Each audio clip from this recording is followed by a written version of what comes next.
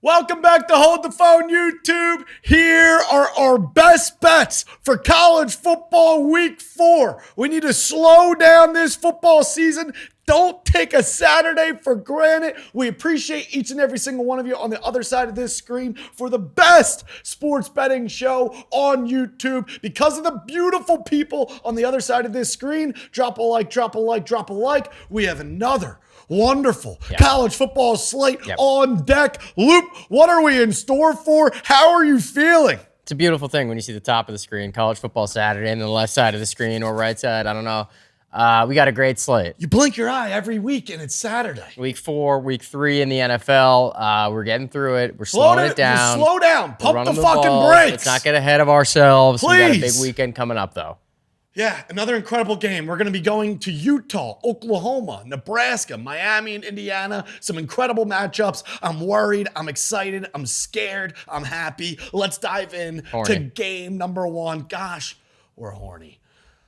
We're going to the Big 12. You are very horny. We're going to the Big 12, and I don't know if I'm going to be able to keep it in my pants. We're in the land of the Utes. Yes, we are. And we have the Red Raiders taking a trip. I'm very sad this is a noon game or an afternoon game because we know in the past the Utes haven't lost at night when this team is rolling the way Utah's rolling. The offensive side of the football, the defensive side of the football. I remember week 1, they beat the brakes off of UCLA. At least we saw them go against somewhat of a competitor. Haven't seen much out of Texas Tech yet. I think this is their first true test. A little bit of a sketchy line, though, sitting at 2.5. Loop, thoughts? Very sketchy line. Yeah. But Texas Tech, so far, they haven't played anyone number 1 offense in the country. Utah, number 12. Yeah. Gonna be a nice little way to start the Saturday. Yeah. You're scared. Yeah. I'm definitely worried. I think a lot of people are diving in on the Red Raiders based off the numbers that you were just saying, best offense in the country. But I believe that this Utes team, I watched them against UCLA. I haven't watched their other games. The quarterback play and the O-line play, I think, is a strength. Quarterback's a dog. With this team. Yep. I think, obviously, going into this game, both quarterback plays are pretty similar. Yep. I'm going to rock with the Utes at home. Yeah. Let's take the Utes. This isn't one of my most confident plays of the day, but I think this is a more well-rounded ball club, and we're getting at home. I know it's sketchy, but people are also in love with the Big 12 future tickets with Texas Tech. This is a lot of expectation. I mean, this line, honestly, kind of makes sense. Like, how much more? What are you going to make it? 3.5, 4.5? It's in my contract. I don't bet against the Utes at home. And Texas Tech, it's tough to play your first road game of the year. It's even tougher when you're going to a place like Utah to play the Utes. They dominated. If this game was at Texas Tech. UCLA, it's been nothing but domination for this Utes team. I think this is an unbelievable opportunity. And Mr. fucking Dampier. Yeah. You know, I don't do pronunciations. No. Dampier, I mean, this kid, he's dialed. Yes. And again, we always talk about knowing the identity and the flow of an offense. This kid might just, he has it fucking rolling. Yeah, I mean, it's going to be also just be an incredible game to watch. Over under 56.5. Going to be a shootout. I love a quarterback who can get frisky with his feet, too. Yes, you do. But like you said, we would be a little more confident in the Utes if it was a night game, but give us the Utes. Give us the Utes. But, I mean, now I'm ready. Yeah. Now this next game, let's ship me to the SEC. We have Jackson Darnold taking a trip to the school he left for a revenge tour. John Moneyline Mateer welcoming him in, a Heisman candidate. This is the game of the day. This is so exciting. We have a touchdown spread. We just saw under the big lights, Mr. Underwood and the big bad Wolverines come to town to Oklahoma.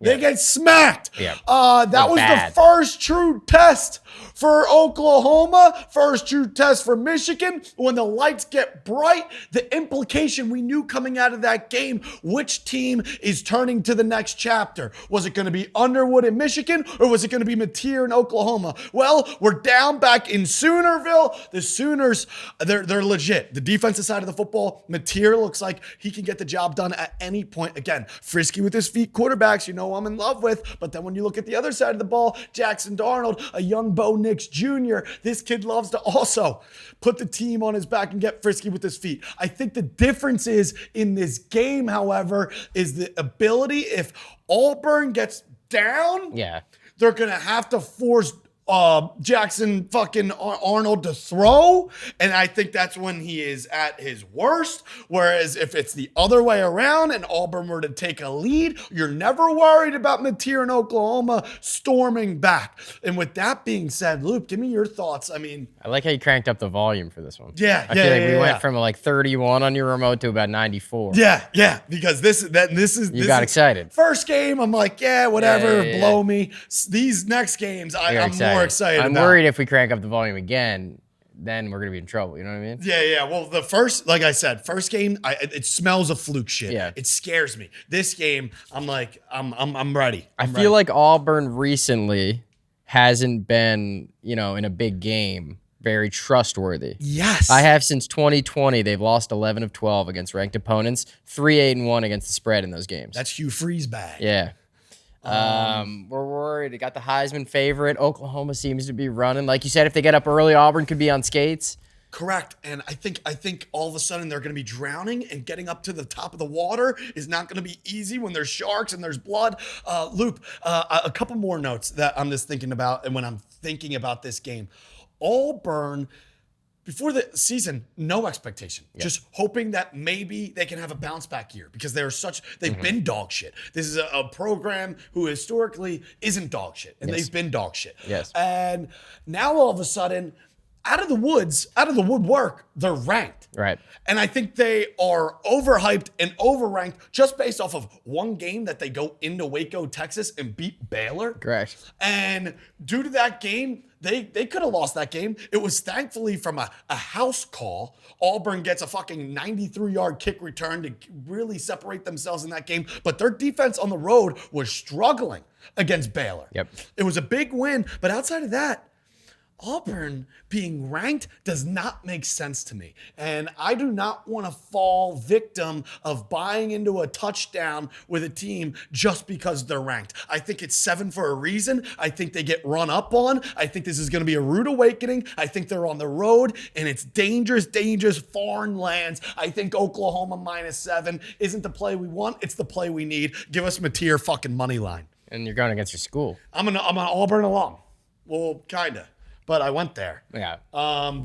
Doing this. Short little stint. It's all right. We don't have to explain. 3 years. Yeah. I was there 3 years. 2+. Contract year, red shirt year. Yeah. I like it. I feel like 7's just not enough to take Auburn. If you get beat here, I can live with it. Dude, it was 6.5, and now it's 7, and now I'm seeing 7.5. Yeah, this is going to go up. This is going to go up. Like, Mateer. I love 6.5. Already faced a very good team. Yes. And a good defense, and it felt like Michigan was never in that game. And now Auburn all of a sudden has a charity number next to their name and thinks they're doing something. Well, at the same time, like I said, their second game, Ball State. Third game, South Alabama. They won last week by 16. And Baylor snuck one out against SMU, or they would have been 0-2 after losing to Auburn. Yeah, in double overtime. They shouldn't even won that game. All right. You kind of segued us to our third game, someone that is battle tested. Michigan playing Nebraska. Another game, another big game.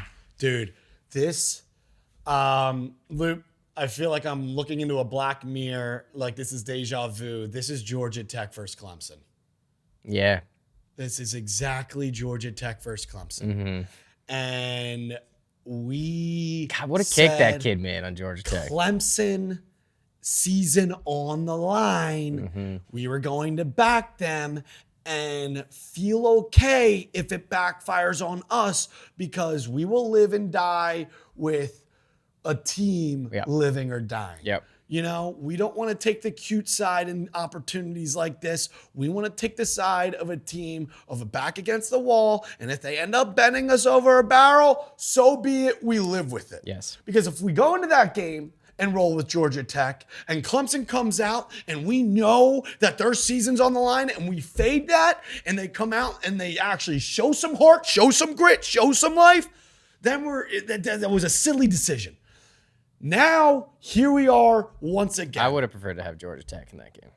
I know you would have. Well, I mean, fucking hindsight's 2020. Yes, it is. But let's talk about this. What are your thoughts with Patrick Mahomes Jr. and Underwood getting another test? We kind of talked about it with Texas Tech. I get worried about a team when they're playing their first road game of the year.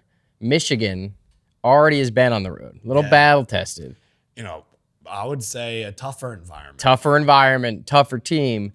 Now, Mr. Underwood's going to have a couple reps under his belt. He's going to start to get more comfortable. Yeah. He might have just had his toughest road test, that he's going to have for the first couple months of the season. Yeah, and that's a foreign land. This exactly. Isn't in conference. That was SEC. That's foreign waters. And Nebraska's one impressive win this year, you could call it impressive, against Cincinnati, did not impress. Which we covered. Yes, we did cover. They won that game by 3. Yeah. And that was in the Chiefs Stadium. Yeah. Where it might as well be Dylan Raiola's home. Yeah. For those reasons, I like Michigan. And I'll say this. Matt Rule. Yeah. 0-6 against top 25 opponents. Mm-hmm. He can't see one go through the hoop. Nope. And usually, Loop, I would sit here and say, Matt Rule, 0-6, time for him to get a win. Everyone going left, going right. Fuck that. We saw Underwood last week. They won 63-3. Yeah. Where it's like, we've seen Arch Manning, where it's like, oh, Texas is now going to bounce back after their tough road loss, and they're battling against UTEP. Yep. Where it's like they played Central Michigan last week for the Wolverines in the Big House, and they won by 60. Off him. Yeah, and talk about frisky with his feet. Mr. Underwood ran for like 120 yards. 114 and 2 touchdowns. That's what I was praying for in Oklahoma. Maybe we'll get more of that. And that's what I expect. Maybe they found something. They don't have their coach coaching, but I feel like Michigan, it happens like every other game for the last couple of years. I love their coach. Yeah. The guy who wears the cutoffs. Yeah, Biff? I was talking to someone, I forget who, told me that he was their Little League baseball coach. Herb Met. Shout out Herb Met, Yeah, friend of the Herb program. Met. Yeah. He said that was his Little League baseball coach, now intern head coach for Michigan Wolverines. That guy's incredible. He's glue, and he's perfect. Yeah. And he's everything that should find be. us a win and find us a cover. Yeah. Huh? Loop, week 1 for Underwood, -5 rushing yards. Week 2, -1 rushing yard. Week 3, 114, 2 touchdowns. Maybe they're unlocked. We like that. That need to unlock something. I was hoping to see that in Oklahoma. It didn't. I thought he was maybe saving it for Oklahoma, not having to run against New Mexico, and then was going to bring it there. Neither here or there. Give us Michigan -2.5 because their season is on the line. Yep. You cannot, you can't get paid $10 million fucking dollars and now lose to Oklahoma, lose to Nebraska, and be sitting at 2-2. All the playoff chances are out the window. We were locked and dialed to game number 1 with Cincinnati and Nebraska. We end up covering with Cincinnati. Didn't see a lot of great signs from Raiola. I love betting against Raiola. Same. The Mahomes stuff freaks me out. And how are you going to focus on playing quarterback when you're that worried about looking like another guy? Yeah. It's like the whole TikTok thing. Yeah, it's unbelievable. All right, give us Michigan. Another big game, dude. What a slate this is. All right, here we go, dude. Fuck. Yeah, this one's been tormenting you all morning. You got a wire like wrapped around you. You couldn't think. You couldn't eat. Couldn't drink. Couldn't sleep. This game's been keeping you up at night. I haven't slept a night this week. Canes versus the Gators. Thinking about the Civil War of Florida. Mm-hmm. Well, let me lay it out. Go ahead. Miami looks like the best team on turf, the best show on turf. They have true freshmen running around thinking they're Tyreek Hill down there in Miami. Carson Beck, the revenge tour, whatever you want to fucking call it. Heisman? The Heisman tour. He looks incredibly dialed. 80% completion percentage. I mean, it doesn't get much better than that. We took Miami last week, closing our eyes, trusting Vegas that they were setting up that 17.5-point spread against a ranked South Florida team for a reason. You look at the score, they're up 30. Gators, on the other hand, DJ Lagway, what the fuck happened?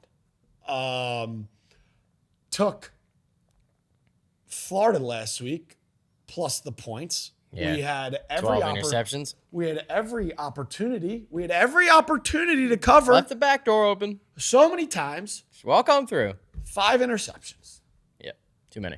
We lose by 10. I know. So now what leaves me in a true pretzel is Florida loses to South Florida. Yes. Miami annihilates South Florida. Yes, which we're all over. The following First half, week, game, the following week, Florida then needs to go bounce back on the road against LSU. They're at the table the entire time. If it weren't for the pick 6, they cover. If it weren't for the 4 other interceptions, Florida covers. Now you're coming off the worst game possibly ever played for Florida as a program in college football, and you're plus 7.5. And you're going against... Yeah, so they're telling me this game at Florida would be a pick'em. And you're going against the best team, one of the best teams right now in college football. Yeah, I mean, who's got a better resume than them so far? Who is betting on Miami? No. Florida's played 3 games. Excuse me. Who's betting Florida? Who is betting on Florida? Florida's played 3 games this season. Their one win is against Long Island. And I didn't even know they had a fucking team. No, the Sharks, they're good. But my problem is, if I get cute and I take Florida again and I look at the score and it's 21-0 Miami in the second quarter, I will feel like the dumbest guy on earth, a fool in a man's shoes. However, if I take Miami minus 7.5 and Florida then bones me one more fucking time, I then once again cannot believe it's ruining my Saturday. So this game is absolutely terrorizing me. Yeah. Do I take Florida and get cute one more time, hoping that we don't throw 5 interceptions again and trust in the defense? Or are the Gators dead? Are they just flat out dead? And Miami, why don't I just take Miami and watch them blow the doors off this pathetic Billy Napier-run squad? Since we've had this recording, the spread has went to 9.5. It's now 9.5 from 7.5. On BetMGM. Yes. I mean, did the team bus get in an accident? What the hell happened? I mean, not huge numbers, 8 and 9, but still. Still, it's maybe fucking, people are it's catching moving. on. Maybe we were right to take the Canes at 7.5. Spoiler alert. Because who in the right mind is betting on Florida? No, I know. I mean, Miami looks like one of the best teams in the country. I also kind of like the under here, 50.5, after what I saw from Florida's. Like, I feel like their defensive line is good. They can't move the ball. I kind of like the under. But for the sake of this program, we're taking Miami with this, given the 7.5. Or I am, at least. Gavin said he refused to take a side. I said give me the Canes. Carson Beck. And also, if Miami wins this game, Carson Beck Heisman talk's going to get real hot. I know. Same with Mateer. I know. With Auburn. They got a hard schedule, though. There could be some value on Beck. You know, I'm also saying Dante Moore, Oregon. Yep.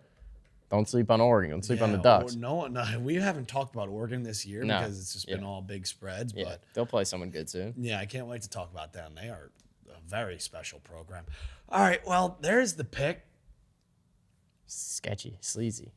Lines changing, lines moving. I mean, Loop, at the end of the day, I'll take Miami in a money line parlay. Yeah. I mean, with Oklahoma. Yeah.